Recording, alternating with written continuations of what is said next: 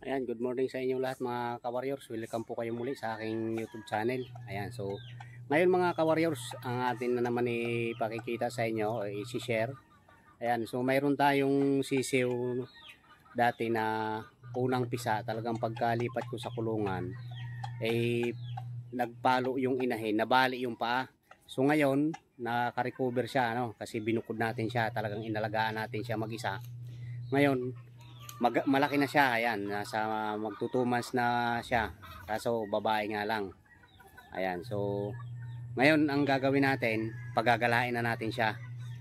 Ayan, tingnan nyo mga ka-warriors kung ano ang mangyayari kapag yung sisew o yung manok na lumaki sa kulungan, kung anong gagawin pag nakatungtong sa lupa.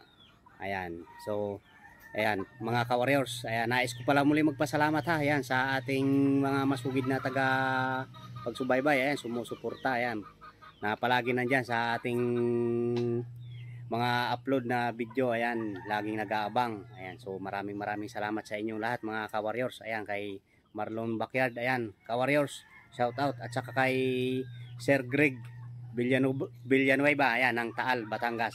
Ayan, so sir, shout out sa iyo, ingat ka palagi diyan. So ingat po kayo palagi, ayan. So maraming salamat sa inyong lahat ha. Ayan, so sa mga nag-subscribe, maraming salamat. Ayan, so thank you lahat. Okay, so wag na natin patagalin mga ka-warriors, tara. So papakawalan na natin siya.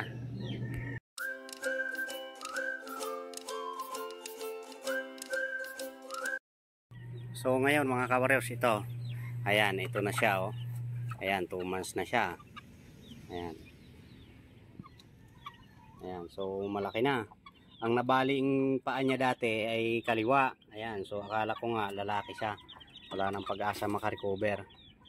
Ayan, so kaya hindi natin pinapakawalan to agad-agad mga ka-warriors, kasi parang malaki-laki na, matibay na sa sa lupa, hindi na siya sipunin. So ngayon mga ka-warriors, ito, pakakawalan natin siya. Talagang first time niya makakaapak sa lupa ngayon, makakatungtong. Ayan. Ayan, so babae siya. Ayan.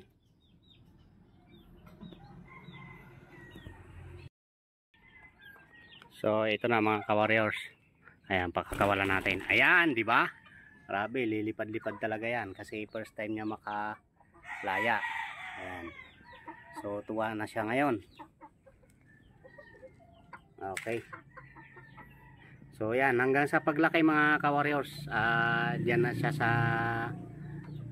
pagala na siya. Ayan.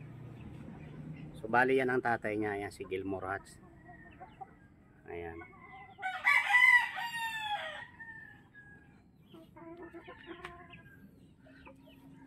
So ayan, maraming salamat muli sa panonood nyo mga ka-warriors hanggang sa dulo ng ating video. Ayan.